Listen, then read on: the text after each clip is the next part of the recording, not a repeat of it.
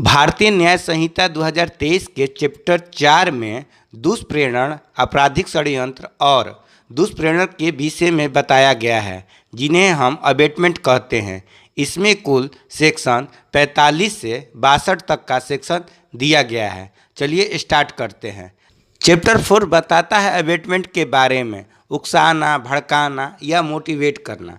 अगर किसी को किसी काम के लिए भड़काते हैं, काम अगर पॉजिटिव वे में होता है तो वो काम अबेटमेंट नहीं कहलाता।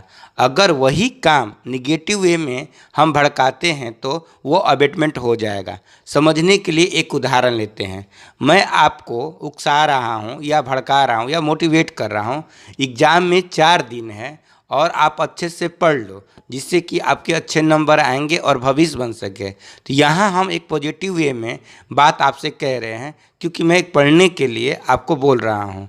तो पढ़ना और अच्छे वे में बोलना ये अबेटमेंट नहीं होगा। लेकिन अगर वही मैं आपको निगेटिव वे में ये बोलूँ कि पढ़ तो रहे हो, पढ़ने से अच्छा है कि तुम नकल की तैयारी कर लो, कम समय में तुम अच्छे नंबर ला सकते हो, और मैं उसे गलत तरीके से बातें बता रहा हूँ परीक्षा देने के लिए, तो यह अबेटमेंट हो जाएगा। समझने के लिए एक और उदाहरण लेते हैं।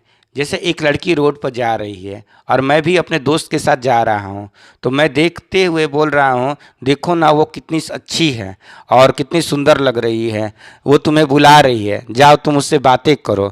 जबकि मुझे पता है कि वो लड़की उसे बुला नहीं रही है और उसके जाने पर वो लड़की इसे छेड़खानी का आरोप लगा देगी। लेकिन मैं इसे मोटिवेट कर रहा हूँ कि तुम जाओ और उसके साथ बातें करो।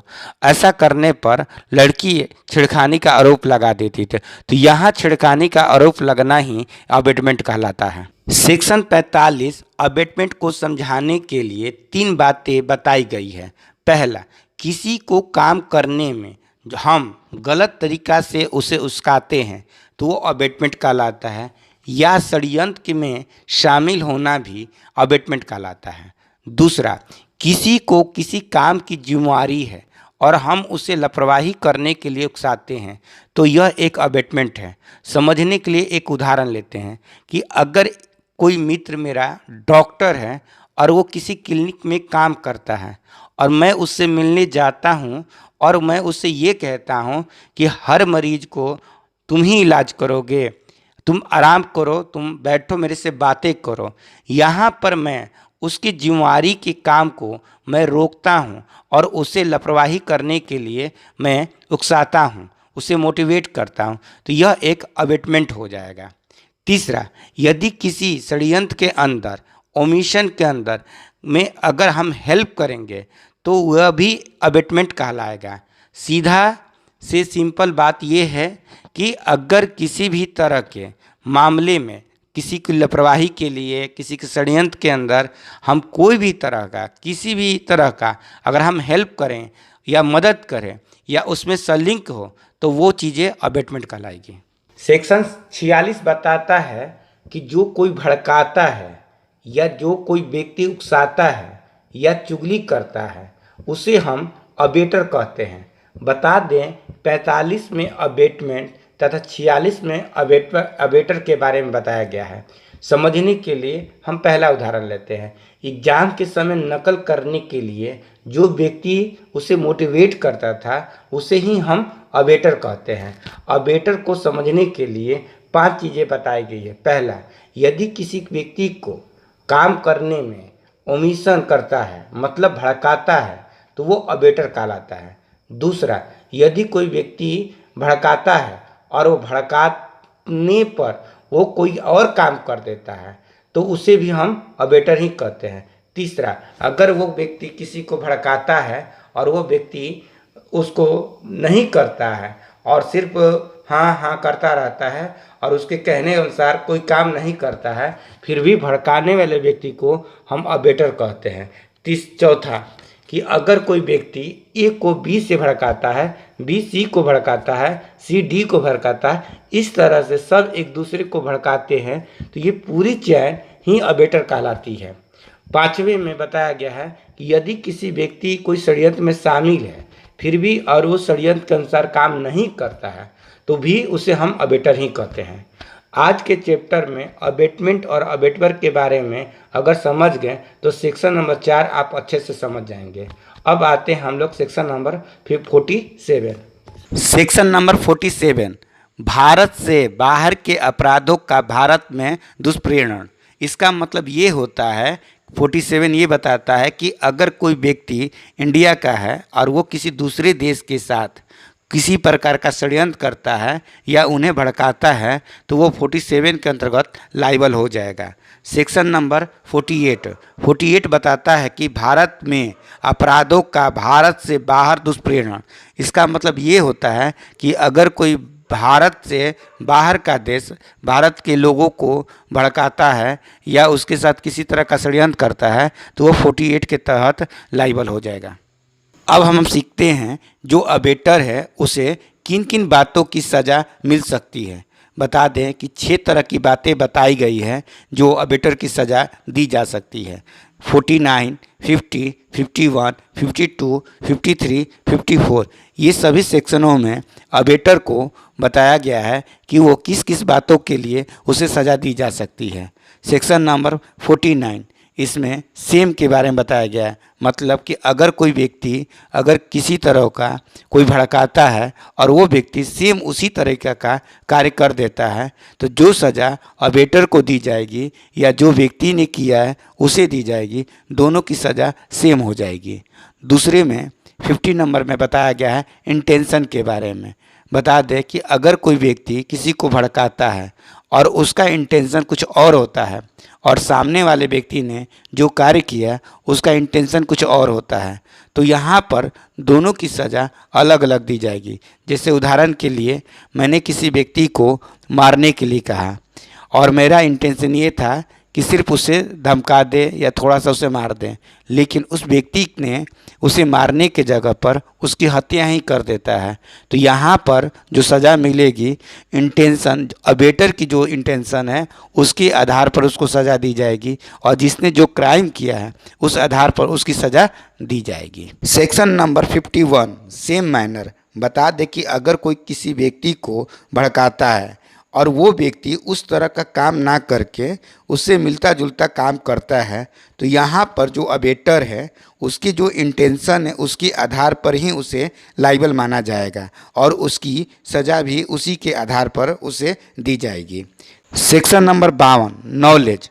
बता दें कि अबेटर अगर किसी व्यक्ति को भड़काता या उस्काता है और उसे ये बात पता है कि मैं जिस व्यक्ति को भड़का रहा हूँ उस्का रहा हूँ वो कोई भी काम गलत कर सकता है, मेरे बताए हुए कामों के अलावे भी वो कुछ और भी कर सकता है। समझने के लिए एक उदाहरण लेते हैं। एक सास है जिसको पता है कि मैं अपनी बहू के चुगली करूँगी या उसके बारे में गलत सलत मैं बोलूँगी तो मेरा बेटा उसे मारने लगेगा और उसे इतनी ज़्यादा मार सकता है कि जिसे कहा नहीं जा सकता कि उसकी हत्या हो या उसे बहुत ज़्यादा चोट लगेगी। तो बहू जो है उसको चोट तो लगेगी पर उसे कितनी चोट लगेगी इस बारे में नॉलेज है सास को, फिर भी वो सास अपने बेटे से शिकायत करती है कि तुम्हारी जो पत्नी है वो बहुत ही बदमाश है, मेरे बताए हुए कामों को नहीं करती है, उसे 2 थप्पड़ मारो। वहाँ पर उसे पता है कि वो 2 थप्पड़ के जगह पर उसे कुकर से या किसी भी ऐसे चीज़ों से बहुत ज़्यादा मारने लगता है और उसकी हत्या कर देता है। तो अगर यहाँ पर अगर उसकी हत्या हो जाती है या उसे गंभीर चोट लग जाती है तो जो उसकी सज़ा बनेगी वही सज़ा अबेटर को भी दी जाएगी, क्योंकि यहाँ पर अबेटर को नॉलेज है कि वो इसके अलावा भी खतरनाक काम या कुछ भी वो कर सकता है।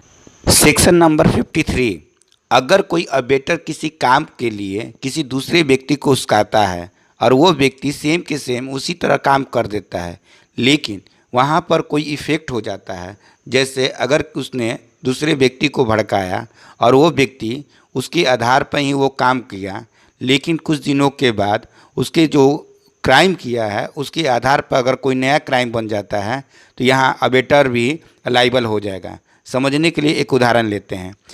मान लीजिए कि एक व्यक्ति है, एक व्यक्ति को उस्काता है कि वो लड़की अगर तुम्हें भाव नहीं दे रही है तो उस पर किसी तरह का केमिकल फेंक दो। अगर वो व्यक्ति केमिकल फेंकता है जिससे उसका फेस ख़राब हो जाता है लेकिन कुछ दिनों के बाद उस केमिकल के प्रभाव से उस लड़की की मृत्यु हो जाती है। तो यहाँ उस लड़की के मृत्यु होने के कारण जो धारा लगेगी, जो क्राइम होगा, उस क्राइम का लाइबल अबेटर भी होगा। Section number 54 present.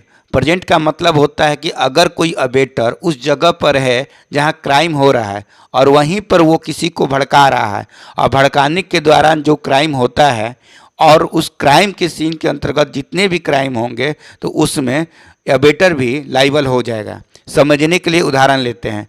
Karan Arjun film में दिखाया गया है कि एक जगह उसकी माँ बोलती है कि मार बेटे मार, मेरे करण अर्जुन मार, मतलब कि जब वो विलेन के जो साले होते हैं उसे वो मारते हैं तो माँ वहाँ पर खुद उन बच्चों से मारने के लिए कहती है।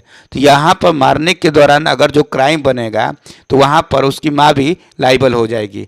उसी तरह अगर एक दूसरे उदाहरण समझेंगे कि अगर कोई सास है और अपनी बहू को पिटवा रही है और पिटवाने के दौरान वो जो भी बातें बोल रही है और उसके द्वारा अगर कोई क्राइम बनता है और क्राइम होता है तो उस सारे क्राइम के अंतर्गत का लाइबल उसकी सास भी हो जाएगी।